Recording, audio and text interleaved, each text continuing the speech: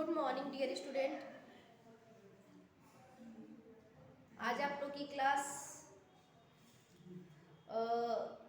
दूसरा भाग है। ये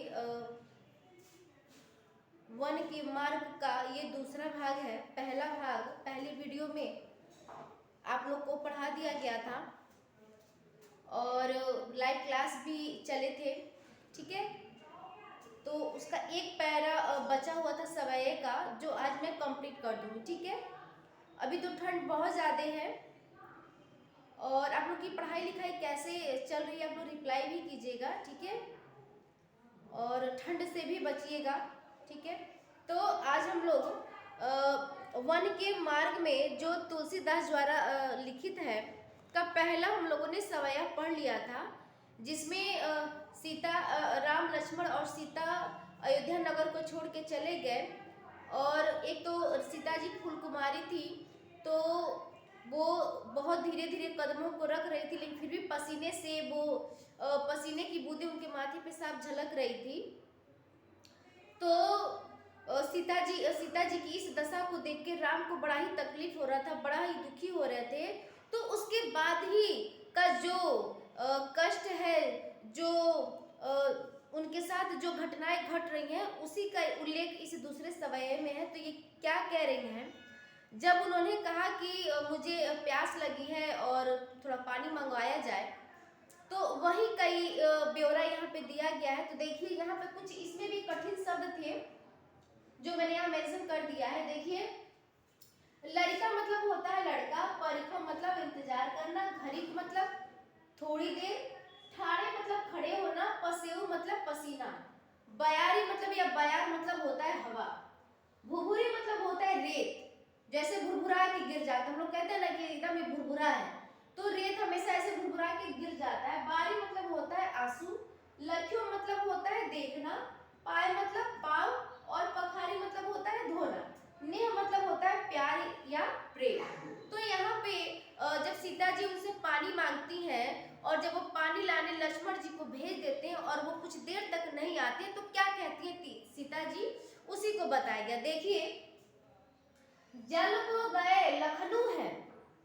अब ये कह रही है श्री राम जी से सीता जी कह रही हैं कि जल लक्ष्मण जल लेने गए हैं, उन्हें आने में बड़ा समय लग रहा है।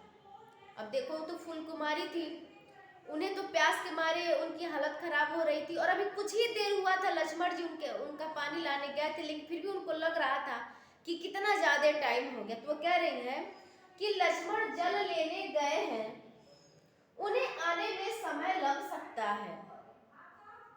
फिर अच्छा धरी खबे ठाड़ी, उन्हें आने में समय लग सकता है या लग रहा है।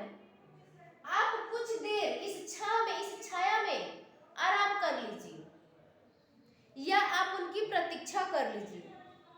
पोछी पसेऊ बयारी करो, मैं आपके माथे पे जो पसीने की बूंदें आई हैं, मैं उसको पोंछ के साफ कर दे रही हूँ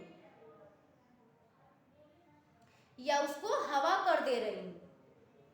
और पाव पखारियों भूरी ठाड़े, और आपके चरण में या आपके पैरों में जो गर्म रेत लगा हुआ है उसको भी धो देती हूँ। सबको समझ में आ रहा है क्या कहा जा रहा है? जब वो पानी लेने लक्ष्मण गए तो सीता जी कहती हैं कि लक्ष्मण पानी लेने को गए हैं तो उन्हें बहुत समय लग सकता है या लग रहा है, इसलिए हे प्रियतम आप इस छाया में कुछ देर आराम कर लीजिए। मैं आपके माथे पर जो पसीने की बूंदी है उसको पोंछ देती हूँ या साफ कर देती हूँ या हवा कर देती हूँ, और आपके पैरों में जो गर्म रेत लगा हुआ है उसको भी धो देती हूँ। क्लियर हुआ सबको? आगे क्या है? तुलसी रघुवीर प्रियाश्रम जानी के बैठी, ये आपके बुक में है, मैंने केवल इतना ही लिखा था, नीचे जगह नहीं था। तो आप लोग अपने बुक में देखिएगा, बुक खोल के हमेशा बैठिएगा, मुझे कहने की जरूरत न पड़े। आप लोग इतने तो होशियार हैं कि आप लोग बुक खोल के बैठ सकते हैं।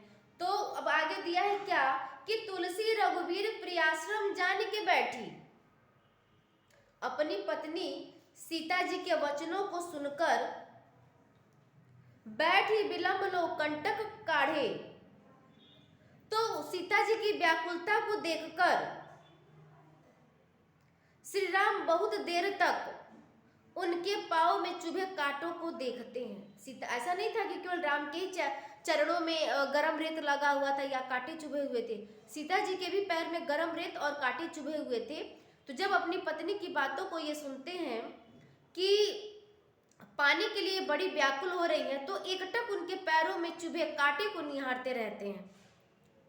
जान की नाह को लेख लखियो, अपने लिए जब सीता जी देखती हैं कि मेरे प्रियतम मुझे ऐसे देख रहे हैं, प्रेम भाव से देख रहे हैं, तो अपने लिए अपने पति श्री राम के मन में असीम प्रेम को देखकर सीता जी का शरीर प्रसन्न हो उठा। सीता जी का शरीर पुलकित हो उठा और पुलको तनु वारी विलोचन बाढ़े, और उनकी आंखों से खुशी के आंसू गिरने लगे या बहने लगे। जब उन्होंने देखा कि मेरी इन वचनों को सुनकर श्री राम मुझे एकटक देख रहे हैं, मेरे चरणों में लगे हुए कांटों को देख रहे हैं, तो अपने प्रति प्रेम की इस भावना को देखकर सीता जी का मन क्या हो गया, प्रसन्नता से भर गया और उनकी आंखों से आंसू की धाराएं बहने लगी। आपका ये चैप्टर कंप्लीट हुआ 1 के मार्ग में, और इसमें क्वेश्चन आंसर जो भी होगा वो आप लोग कर लीजिएगा। अगर किसी को भी दिक्कत हो रही है तो आप लोग मुझे बताइएगा, मैं फ़ोटो क्लिक करके आपको भेज दूंगी, ठीक है। और अब आगे हम लोग इस हिंदी फर्स्ट को यहीं पे हम लोग रोक देते हैं। इसके बाद अब हम लोग हिंदी व्याकरण पढ़ेंगे, ठीक है, क्योंकि व्याकरण में ज़्यादा लेसन बचा हुआ है। तो लेसन 16 को मैं इस हफ्ते में स्टॉप कर दे रही हूँ। इसके बाद मैं आप लोग को हिंदी व्याकरण पढ़ाऊंगी, ठीक है। आज के लिए केवल इतना ही। आपका दिन शुभ हो।